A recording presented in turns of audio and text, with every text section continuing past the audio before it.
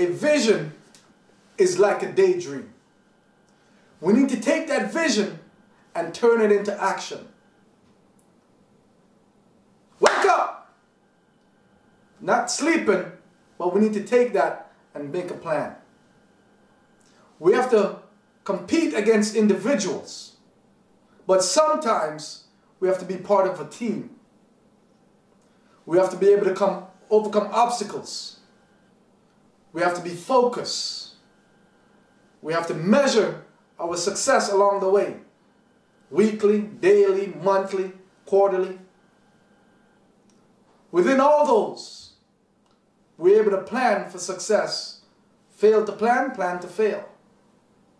You and I don't like to fail. I knew I had a bit of raw talent in Jamaica at an early age, such as my son who was 5. I was catching the chickens and the goats, right? I was on the bus and jumping off on the bus, and I make sure I ran beside the bus, because if you didn't run beside the bus when you're not allowed to pay and jump on, you're gonna fall on your face. So you gotta do the high knees. So I didn't really realize I was training back then. I had the agility, I had the quickness, and I had a bit of the speed. I remember it was April 1984 when I left Jamaica. It was 26 degrees. It was nice and warm. I was sweating on the plane. I pulled up my handkerchief a little bit, prayed that the pilot put on the AC. I arrived to Sudbury that night, and it was about minus 26. Oh my gosh. I never realized a black guy could change color. Let's take a closer look at the 3 P's. Plan. We have to have a plan to create success. Purpose. What is the purpose? Why are you doing what you're doing? Right? You need to have a plan, and you need to have that purpose together. And the last piece, passion. If you're not passionate about this plan and about that purpose, it doesn't make sense. 3 P's: plan, purpose, and passion. Those are some attributes and characteristics to make a champion. We're going to touch on my Olympic moments and focus on the 3 P's. First one is a plan. Thank you. Second one is purpose. And the third one is passion. It doesn't have to be in order, right? But at the end of the day, for me, my purpose was, I remember '88 when I had the bug, the fire was lit within me. And I watched Ben Johnson tested positive. I was heartbroken. I cried. The next morning, it was all over. Jamaica disgraced Canada, right? It wasn't Canada athlete anymore, it was all Jamaica in the headlines. And I was heartbroken. I just came from Jamaica, fresh off the boat, right? And I said, well, how can I fix this? My mom was like, what do you mean, how are you gonna fix this? I said, I need to restore back the name and the pride, and in the process, get a gold medal. And she's like, no, you're gonna be a doctor. She's a nurse. She was going to medical school to be a doctor, but she decided to have kids. She gave up that one dream. And at the end of the day, I don't like needles, but I like the outfit, right? So I have to figure out a way to how to make this happen. So at the end of the day, I convinced her and wrote my first contract ever with my mother to do track. And I said, if I get a scholarship, right, we can go to medical school. So, but I need some money to borrow to come up with a poster.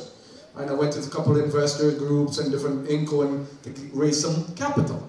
Because dreams cost. Some cost less, some cost more, right? So at the end of the day, I wanted to be able to create that, and eventually, I may give her the doctor stuff. We'll find out at the end. Thanks, right? And some of you guys at RBC, right? You guys are in the planning business. Some of you guys wanted more time for the family. You wanted to have options in life, do more of the things you love. And as I mentioned before, I wanted to, later on, to make sure I have options. In the last 10 months, my options have been great. I've been spending a lot of time with my kids. Because Vancouver, we're running a 12-hour days, right? So I'm able to connect a little bit more. And that's, to me, that's priceless. Come with me. We're going for a journey. It was a warm night in Atlanta. As I walk into the Olympic Stadium and look around, I saw 60,000 people came to see me. And boy, did I feel special. Along that journey, I could hear a familiar voice.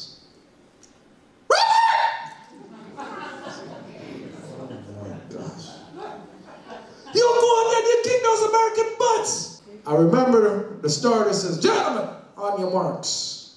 I remember watching my hero back then. He shook his right leg like a Polaroid. He shook his left leg like a Polaroid. Right arm, left arm. So I started doing the same thing because I'm like, oh, this is going to look good on TV like when I watched it. And I make sure I put a little extra baby oil before the race to give that extra shine on the muscle. When the light hits it, it go boop, boop, like a transformer. Woo! So, I got my baton, and the good news, I think, happened was they were trying not to use me for the race, so I was able to watch the different rounds. And on paper, we were not the fastest team.